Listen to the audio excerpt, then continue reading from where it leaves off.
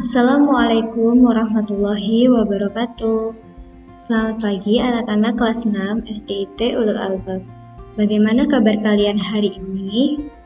Semoga kalian tetap bahagia dan semangat belajar dari rumah ya.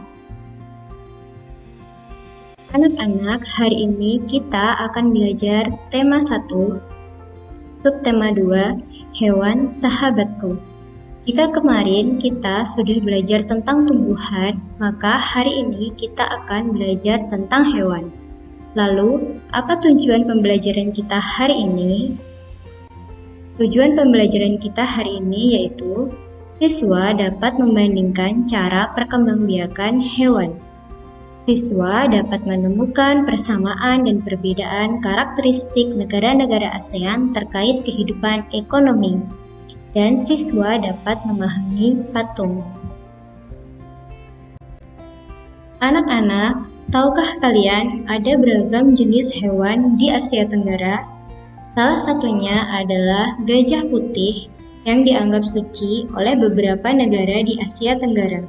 Salah satunya adalah negara Thailand, sehingga Thailand sering dijuluki negara gajah putih. Kemudian, ada juga burung takurdahan yang hidup di Malaysia.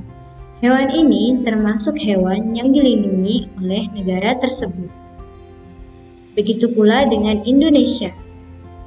Indonesia dikaruniai luas wilayah lautan yang lebih besar dibandingkan luas daratannya. Sehingga dalam lautan Indonesia tersimpan potensi yang cukup besar. Salah satunya yaitu ikan tuna. Ikan tuna banyak dicari negara lain seperti Jepang, Amerika Serikat, dan Uni Eropa. Lalu, bagaimana dengan perkembangbiakan hewan-hewan tersebut? Perkembangbiakan hewan dibedakan menjadi 3. Yang pertama yaitu ovipar. Ovipar merupakan cara perkembangbiakan hewan dengan cara bertelur. Contohnya terjadi kepada hewan ayam, burung, dan lain-lain. Perkembangbiakan hewan yang kedua yaitu vivipar. Vivipar merupakan cara perkembangbiakan hewan dengan cara beranak. Terjadi pada hewan sapi, kucing, gajah, dan yang lainnya.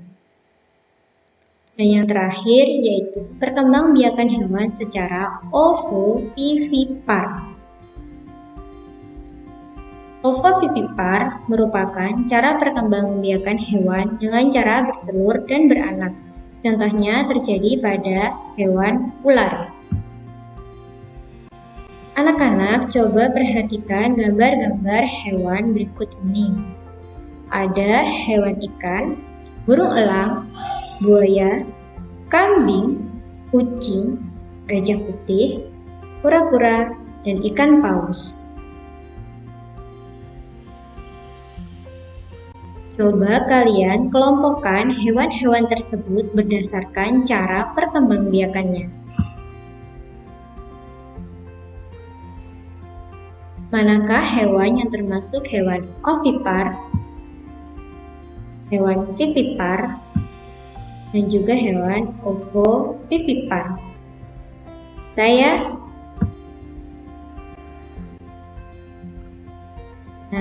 Tahukah kalian bahwa bentuk hewan juga sering dijadikan sebagai bentuk patung?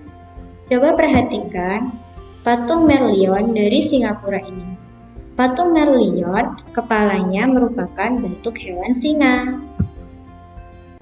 Kemudian, patung gajah putih dari Thailand, yang bentuknya sama seperti gajah.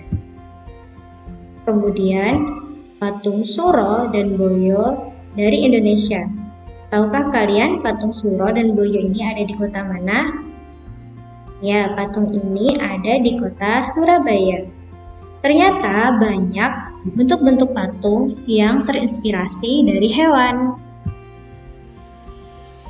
Selain dijadikan sebagai bentuk patung, ternyata hewan juga menjadi salah satu tumpuan ekonomi negara-negara di Asia Tenggara. Sekarang coba perhatikan perekonomian negara-negara Asia Tenggara berikut ini. Indonesia. Indonesia tercatat sebagai pemasok minyak mentah dan gas alam. Selain itu, Indonesia juga pengekspor utama karet, kopi, coklat, ikan, dan minyak kelapa sawit. Malaysia. Sumber daya alam yang jadi andalan Malaysia yakni karet dan timah. Malaysia bahkan menjadi salah satu negara pengekspor timah terbesar di dunia. Singapura. Meski wilayahnya kecil, Singapura mampu tumbuh menjadi negara dengan perekonomian terbaik di Asia Tenggara. Berbeda dengan negara tetangganya yang mengandalkan sumber daya alam, Singapura justru bertumpu pada perdagangan.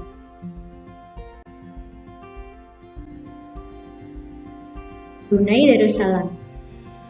Perekonomian Brunei hampir seluruhnya bertumpu pada cadangan minyak dan gas alamnya. Untuk kebutuhan barang dan pangan, Brunei harus impor dari negara lainnya. Thailand. Thailand kaya produksi pangan, karet, jati, dan timah untuk diekspor. Thailand juga masih menjadi salah satu pengekspor beras terbesar di dunia. Filipina. Filipina sama seperti Indonesia. Filipina adalah negara agrikultur. Perekonomiannya bertumpu pada tebu, beras, kelapa, pisang, jagung, dan juga nanas. Myanmar. Pertanian menjadi penghasilan utama rakyat Myanmar. Separuh hasil tani di Myanmar adalah beras. Myanmar juga kaya mineral yakni biji besi, minyak, gas alam, dan batu mulia. Laos. Perekonomian Laos juga bergantung pada pertanian seperti Myanmar. Produksi utamanya adalah beras. Kamboja. Dua komoditas utama Kamboja yakni beras dan karet. Selain itu, Kamboja juga memproduksi ikan, buah, sayur, dan daging. Vietnam. Bentuk dan posisi Vietnam yang memanjang menjadikan Vietnam kaya akan sumber daya laut. Vietnam unggul dalam ekspor udang, cumi, kepiting, dan juga lobster. Sektor pertanian di Vietnam didominasi oleh beras. Apa kalian sudah tahu perekonomian negara-negara ASEAN setelah diterangkan tadi?